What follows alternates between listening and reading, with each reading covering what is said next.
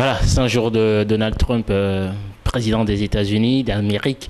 Il faut dire que Donald Trump reste un président assez différent des autres, par sa carrure, par la manière dont d'ailleurs il est arrivé au pouvoir. D'ailleurs, dans l'exercice de ses fonctions, je veux retenir d'abord la mesure phare, celle de frapper la Syrie, parce que là déjà, sous Barack Obama, pendant 4 ans, on a déployé les porte-avions au large de la Syrie sans jamais frapper. Mais Donald Trump, comme il l'a dit, on sait que c'est un va-t-en-guerre. Il n'a peur de rien ni de personne. Voilà, il a frappé la Syrie, il attend les conséquences. Et je pense que cette frappe a sauvé quand même quelques vies humaines, même si derrière, on sait qu'il y a les intérêts américains qui sont protégés.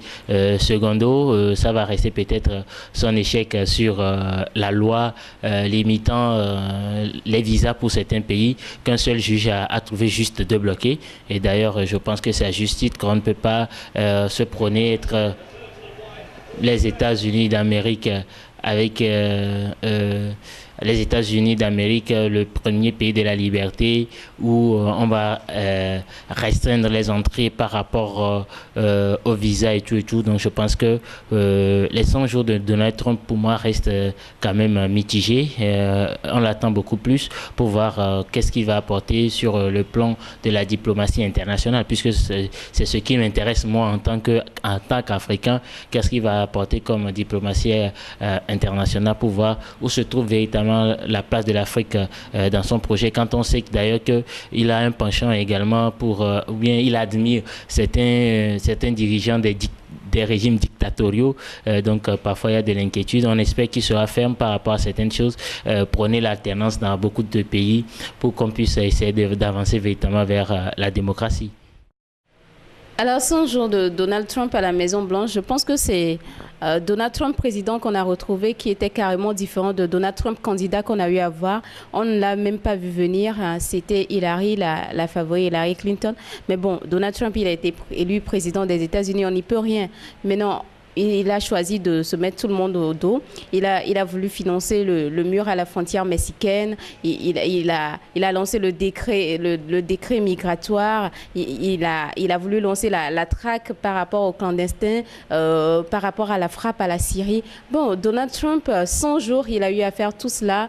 Quand même, les regards du monde entier sont braqués sur lui. On attend de voir durant tout son mandat ce qu'il aura à faire. Peut-être une troisième guerre qui s'approche.